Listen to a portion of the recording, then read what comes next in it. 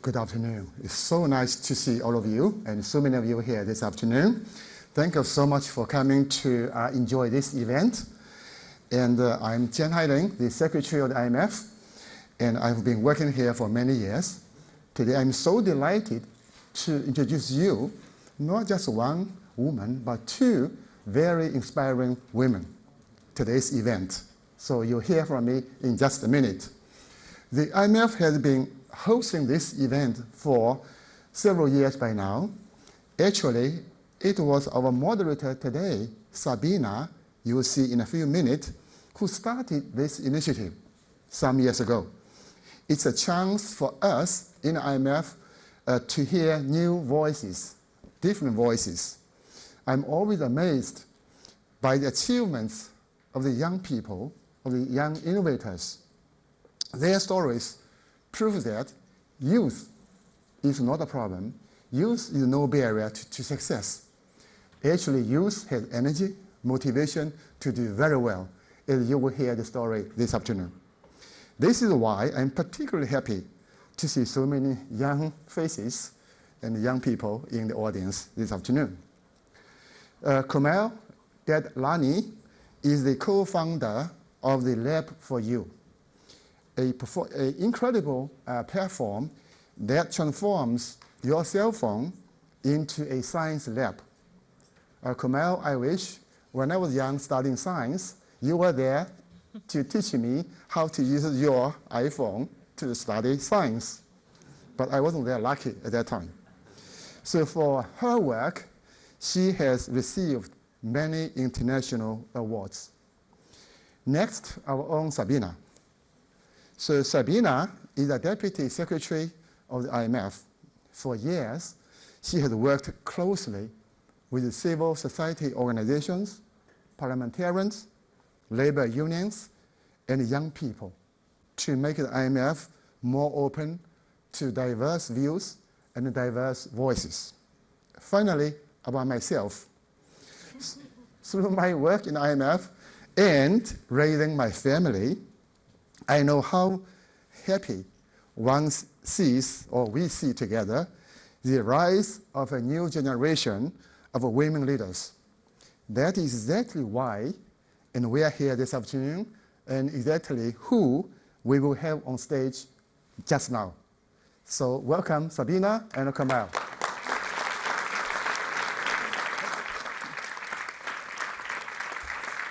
Thank you very much. Thank you. Thank you.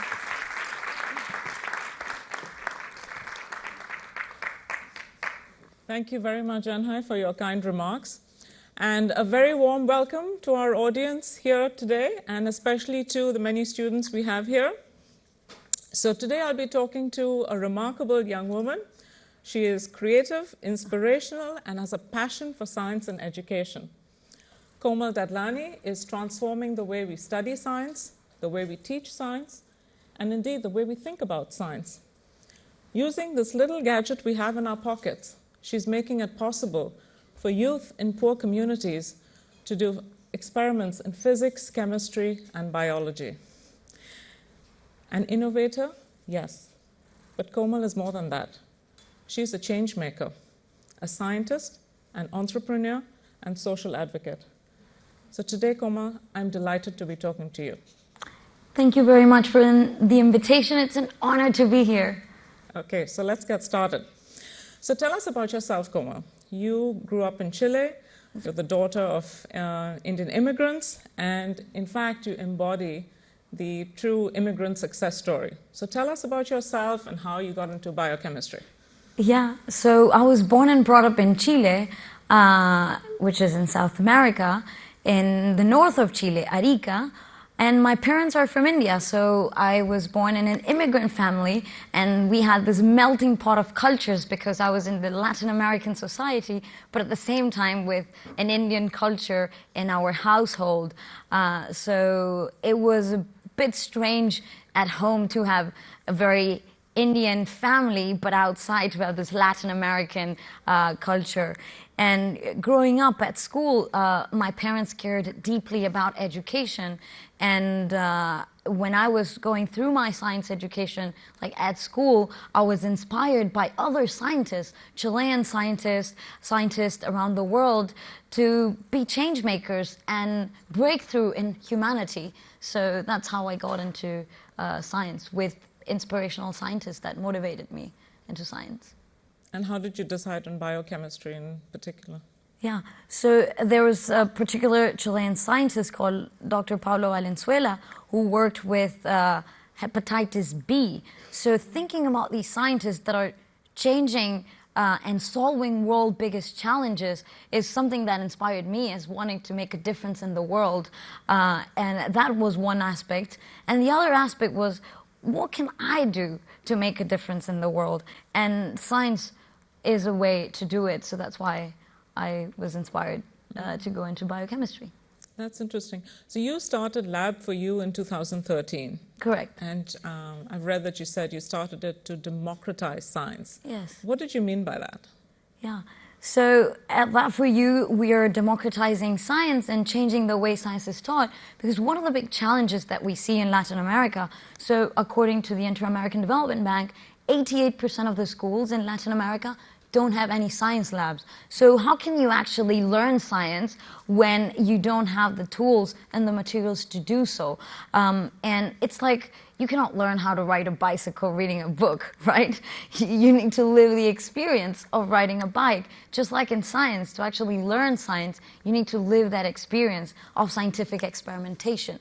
And when we were looking around the schools in Latin America and different parts of the world, we realized that there's a challenge when we run experiments, when we learn science. There's lack of inquiry. So we're not asking the right questions. We're learning through theory, formulas, F equal ma, but not real science experimentation. So we wanted to change that and democratize science so that the next Einstein or Marie Curie can be anywhere in the world, like in the south of Chile, in a favela in Brazil, in a slum in India, or anywhere in the US, for example.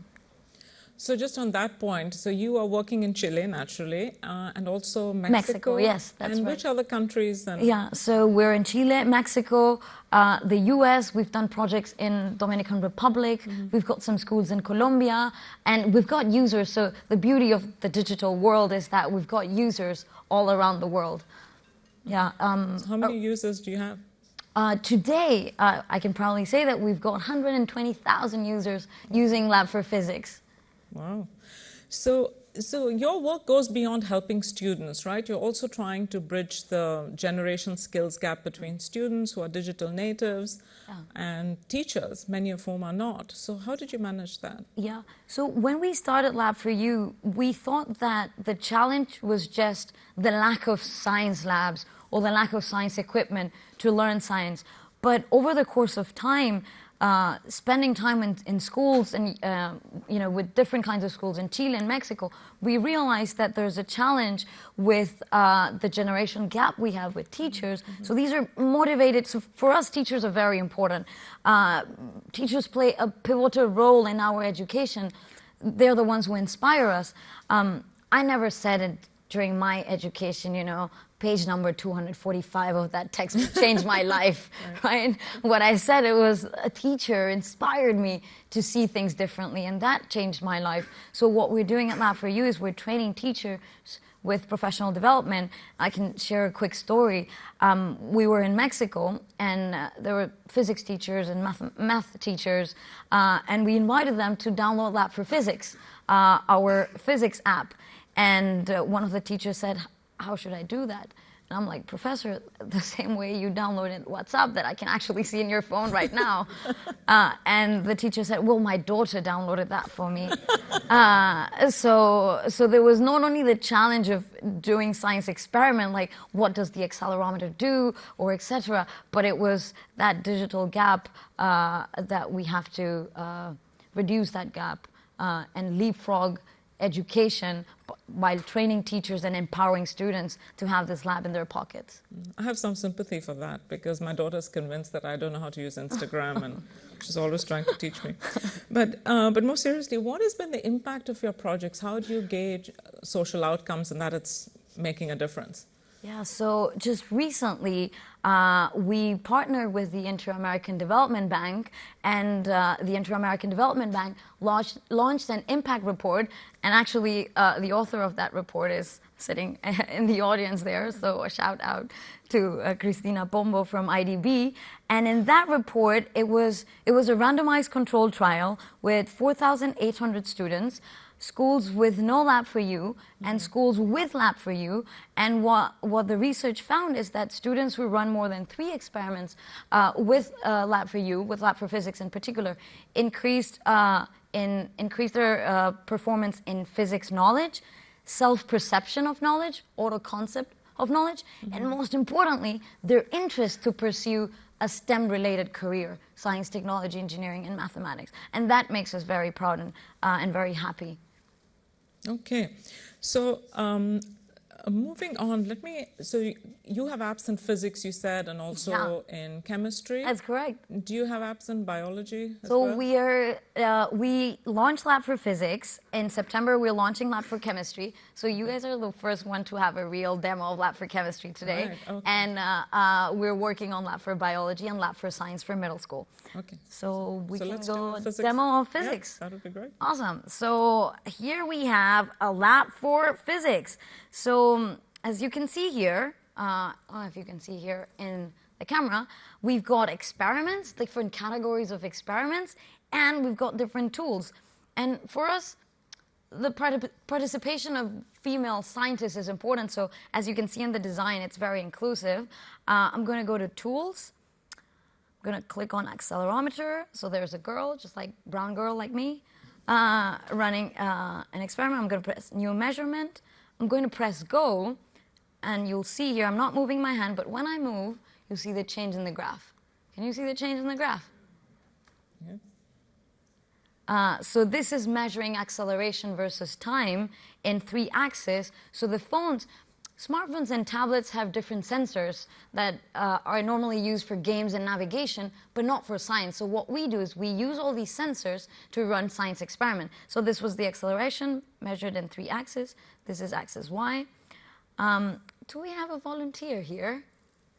I'm going to throw the phone.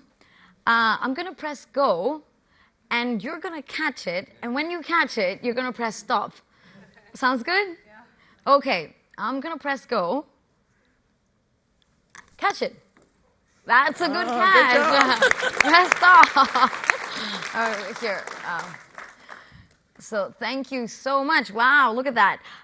So here, when I shaked and threw the phone, you can see, but when the phone, here you go.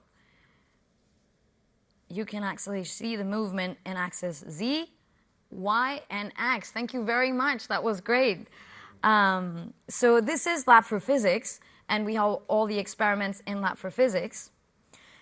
Lab for Chemistry now. With Lab for Chemistry, you can calculate the concentration of a solution based on color. So what we have here is solutions with different concentration, but there is an unknown concentration over here.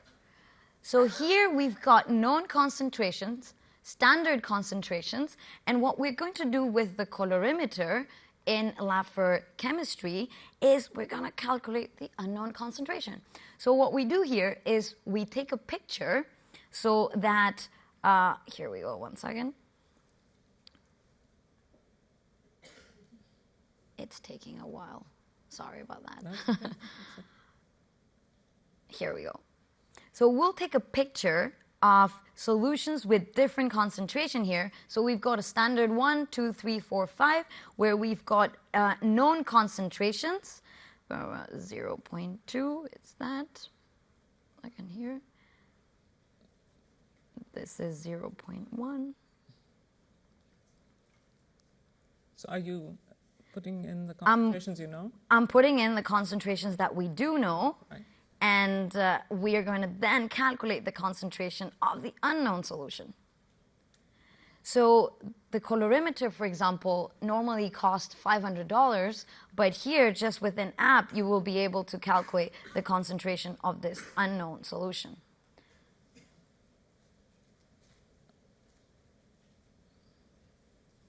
So here we go.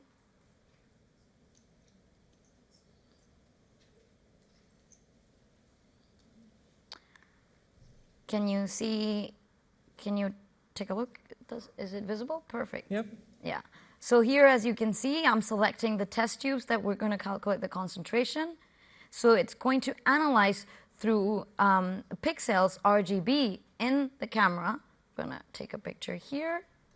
Ready? So here it selected the area of those test tubes, a blank standard 1, 2, 3, 4, 5, and the one with the unknown concentration. So let's see how our calibration plot came out. Perfect. So here's our calibration plot and the concentration of the unknown solution. That's how simple it is. Okay. Very cool. So now I'm going to open the floor up for some questions from our students. So do you have students, do you have questions on the demo or anything else? Go ahead, give us your name and also which grade you're in. Or if... Hi, I'm Sophia Hall. I'm in 8th grade. And I was wondering, how will your app help girls specifically dig into STEM and stay in school? Wow, that's a powerful question. So when I studied biochemistry, and you see today, we have very few women in STEM. The truth is that we're as good as boys in science, but there is what we call the STEM leaking pipeline. As time moves by, we lose interest in science. And many times we look at science as something that is not for us. But the truth is that we can be as good scientists as any other boy. Just recently, I don't know if you guys saw the news about the black hole picture, and it was led by a female scientist. So we've got the capacity and the potential to make a huge difference in the world through science, technology, engineering, and mathematics. And those are better paid jobs. So I really encourage everyone to think about it, and not only to become scientists or engineers, but just to promote that critical thinking, to be better decision makers. It will help in life to have that skill set. So I would not be afraid of science. And if it's engaging, why not? Okay, good point. Do we have another question from a student? No? No? No? Oh, okay, go ahead. I wonder how many experiments can you do in a cell phone? Because I remember when I'm in middle school, some experiments are very complex. So I wonder how many and can you do some very complex experiments in cell phone? Yeah, so that's a great question. The question was, how many experiments do we have and how many experiments can we do? So smartphones have many sensors. The accelerometer, the sonometer, which is the microphone, the camera, where you just saw, or either you take a selfie or, the GPS you held in Uber. So as technology advances, so for example, now smartphones have barometers, and then all of them will have magnetometers. Some of them already have. So as technology advances, smartphones start getting more and more sensors. So today, we've got more than 30 experiments in physics, and we keep on adding more and more experiments, and with chemistry, the same. So I don't know if that answers the question. And the tools allows you to design your own experiment, and that's the beauty of having the sensors in the phone. Okay. So just changing gears a little bit. Sure. Can you tell us what it's like to be a woman scientist and an entrepreneur in Latin America and in Silicon Valley, just in terms of raising funds, launching a startup? That's a good question, because it is a challenge for everyone, but female founders in particular. So it is well known that less than 2% of venture capital money actually goes to female founders, which is an astounding number given the fact that Silicon Valley and even in the world there's a lot of capital being deployed in startups. So I've seen male-founded startups raising tons of millions in dollars with less difficulty than female founders. But I'm optimistic because more and more there are more funds, more VC funds targeting female founders. And I can think of, in my personal experience, we raised some of the funds in Chile through grants. So there's the government of Chile has a program called Startup Chile. It's funded by the Chilean government, and it empowers not only students but female founders, male founders, etc., to start their company through grants. We started with grants, and that gave us like a kickstart to raise fund, like private capital funds. Yeah. But do you feel as a woman you have to go in much better prepared with your proposals? And so, oh yeah, for sure. I feel that I have to be, like, I have to overperform or just prove myself a lot more, and just prove that I know my business, I know my numbers, I know my product. I've always had that feeling, especially when we have to pitch. I've seen male counterparts raising a ton of money just with a PowerPoint, whereas me and my other female founder friends, we've had to really prove ourselves with numbers, impact, etc. For sure. Yeah. Just on the issue of entrepreneurship, how do you see the balance between entrepreneurship and social responsibility? Because you worked in Mexico, you worked in very different communities. Yeah. So for me, when it comes to the division between social entrepreneurship and entrepreneurship, I'm not a big fan of that division.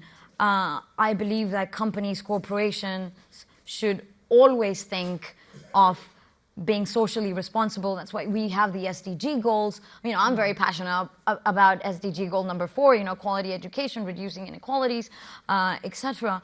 And companies, private corporations should not think of, oh, that's a social entrepreneur and a social company, and that's a normal corporation looking into the shareholders' interest and not our global interest as a humanity, as a world, in the sense of, you know, environment, healthcare, education, humanity. So I'm not a big fan of that division. Every entrepreneur should be socially responsible. Every corporation should be socially responsible, and there shouldn't be a difference between B Corps or normal corps. I would say the world would be a better place if everyone is a social entrepreneur and there isn't that division. Yeah, no. Well, on that, you know, it resonates a lot with us because, of course, the SDGs are very important to our work at the IMF, working with our member countries, especially low-income countries. I want to pick up on the issue of STEM and girls, and especially the issue of the growth mindset and learning from mistakes. You know, just you showed us these experiments. Science is all about experimenting, failing, trying again. And, you know, I get that in a lab setting or even in a lab in your pocket.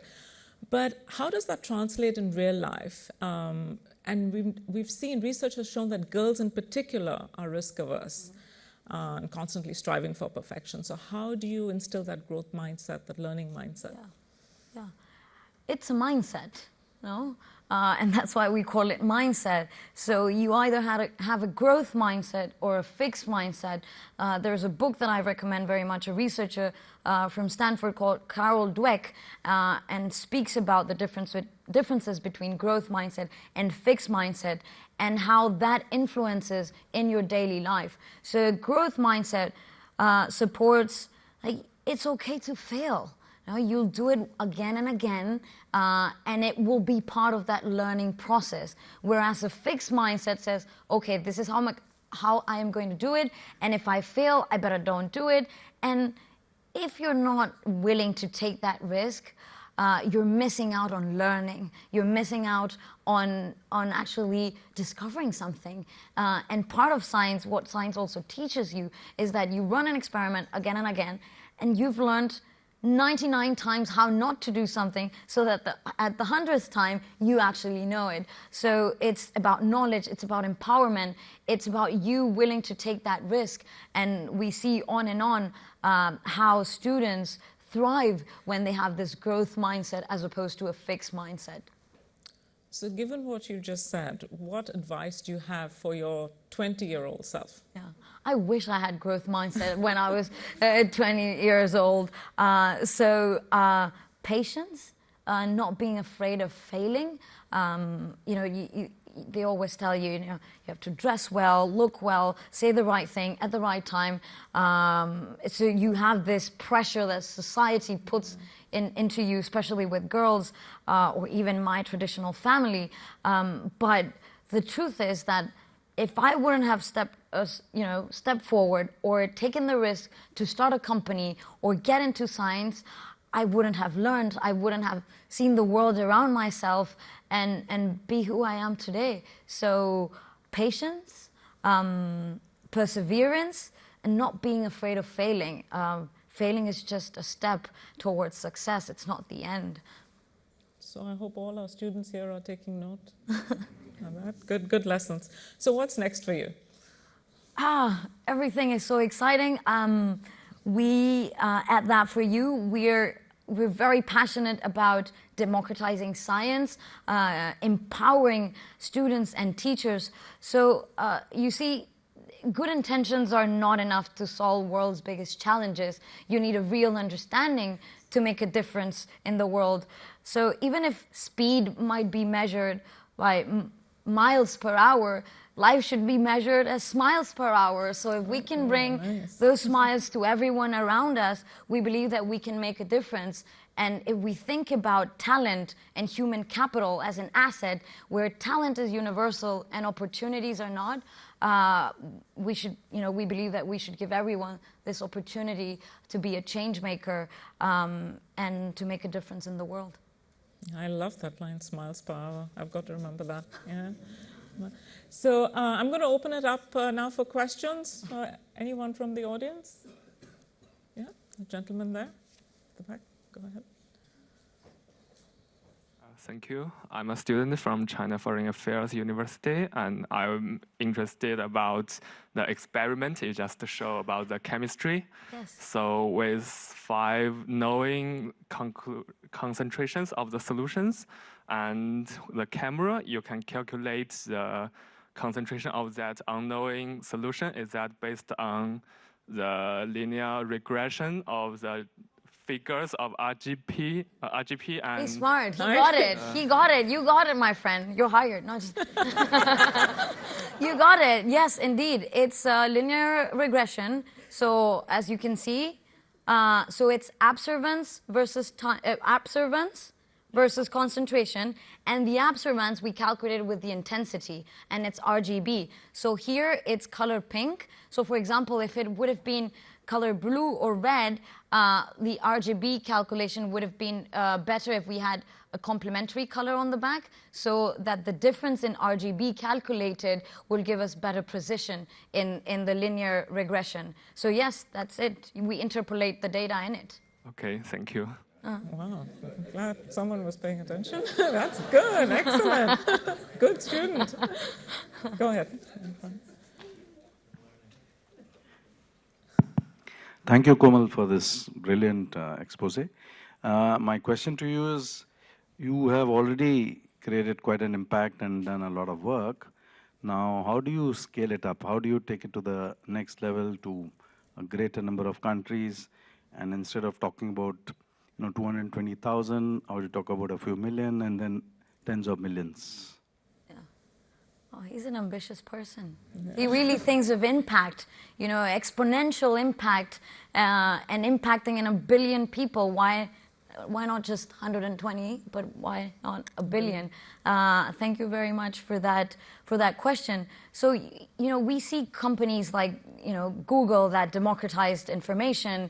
We see, Facebook connecting people, Uber that has changed the way we transport, or Airbnb. And, Uber as a company does not own any cars, but has democratized that transportation, or Airbnb that they don't own any property, but they're the world's biggest accommodation provider, or Spotify, they don't create music, but they provide a lot of music.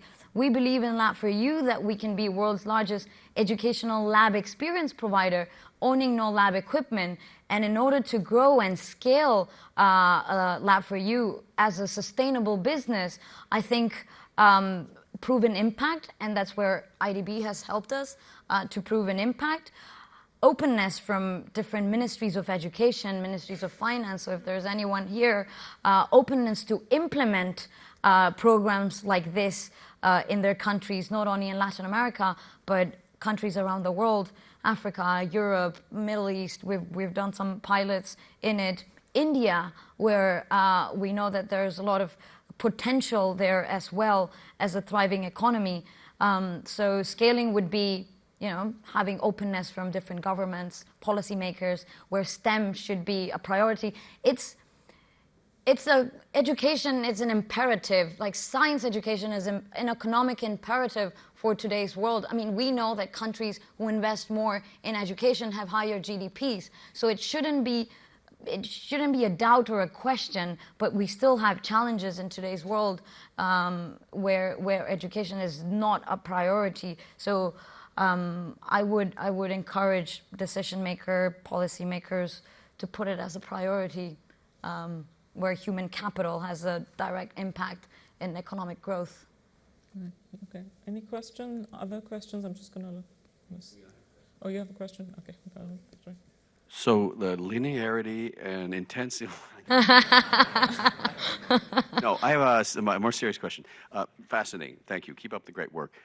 I have two questions. One is, what would be your dream app? You have all the resources in the world. What would you create? What's missing in your field? Are you an investor? No. Yeah. I have my pitch there. Yeah, I can show you the deck. maybe 4 words you said today, but so yeah, sure. But the second question I have is. You said yeah, by the way. Anything I have. We have a virtual reality show experience down in the bistro, which I want to go to. Have you ever thought of transforming your app into a sort of more virtual reality or game thing where there's much more of a 3D, 4D, 5D experience? Yeah, that's a great question. So how we see virtual, I'm going to turn around the questions. First I'll speak about virtual reality and then the Dream app or the Dream. So when it comes to virtual reality, I'm a big fan of virtual reality, more than virtual reality, augmented reality, where you can actually interact with the environment. Because when you use, this VR headset, I mean, it's fun, but it's still virtual, right? It's not real data as you can actually see here, or the real data of the accelerometer. We just threw the phone and saw, or we have the real concentration of a solution. So with virtual reality, you might have the virtual experience, but you won't have that hands-on experience, which is very important for better learning outcomes. So, but in the absence of, let's say, some sensors, or let's say if you want to study quantum mechanics, you might need virtual reality, headsets, etc. That's definitely an option that we've evaluated, and there are other players in the market that are already doing that, and they're doing some great work. Big fan of them as well. But we are very targeted. We target real experimentation with real data around it. So that's in terms of virtual reality.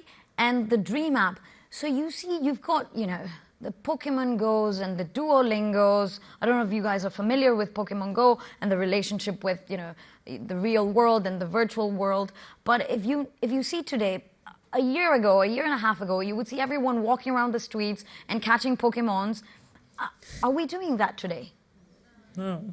Do we see people around? So we have to create something that is relevant in society, that has an impact.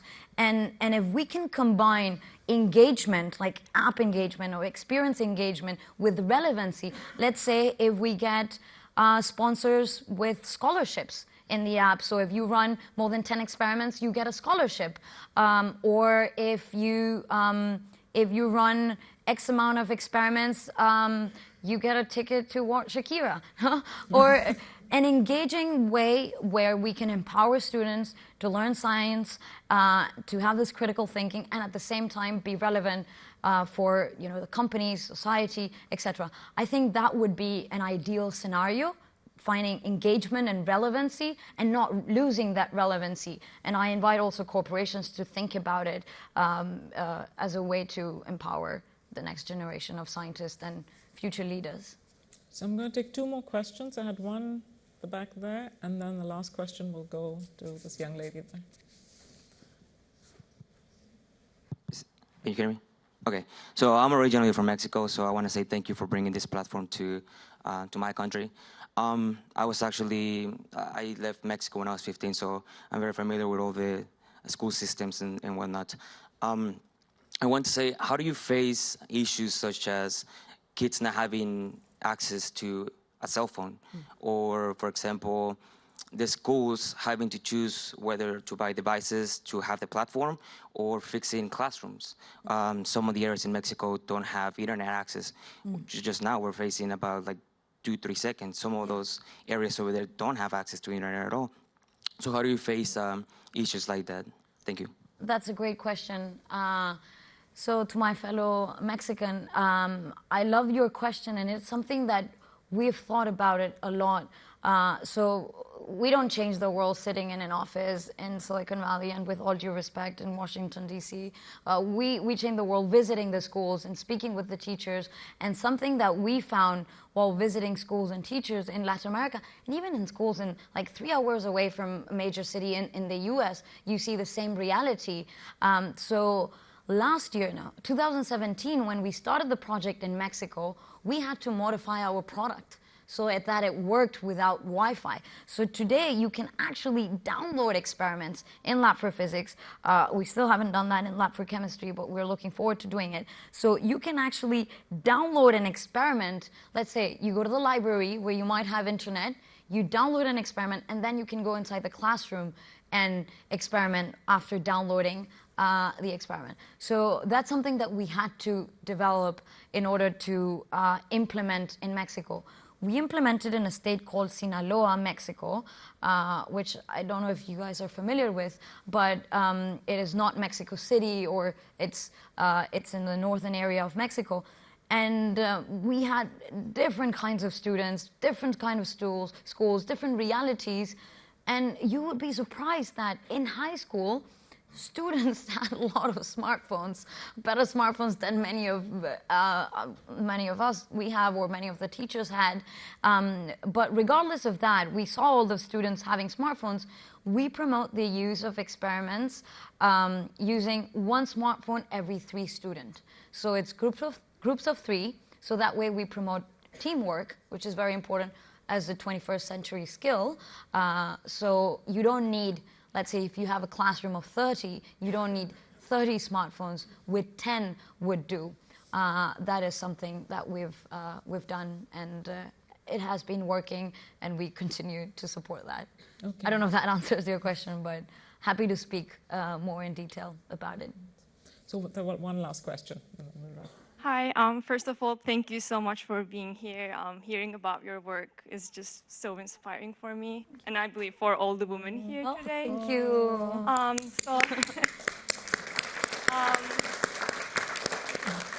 I have more of a personal question for you. So I go to Georgetown here in Washington, D.C., and my best friend is a biochemistry major.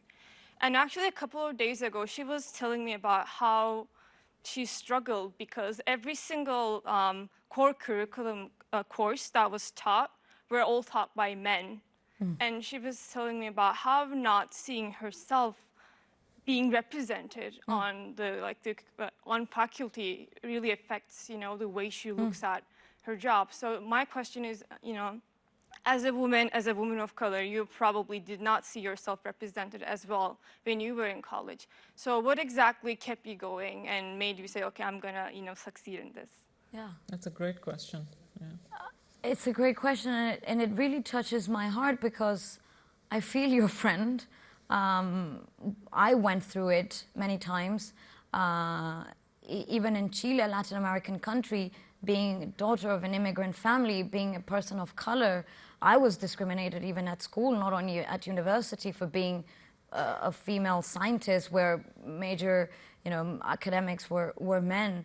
So I struggled. My parents struggled when they saw me, coming from school, almost crying when I would face that discrimination.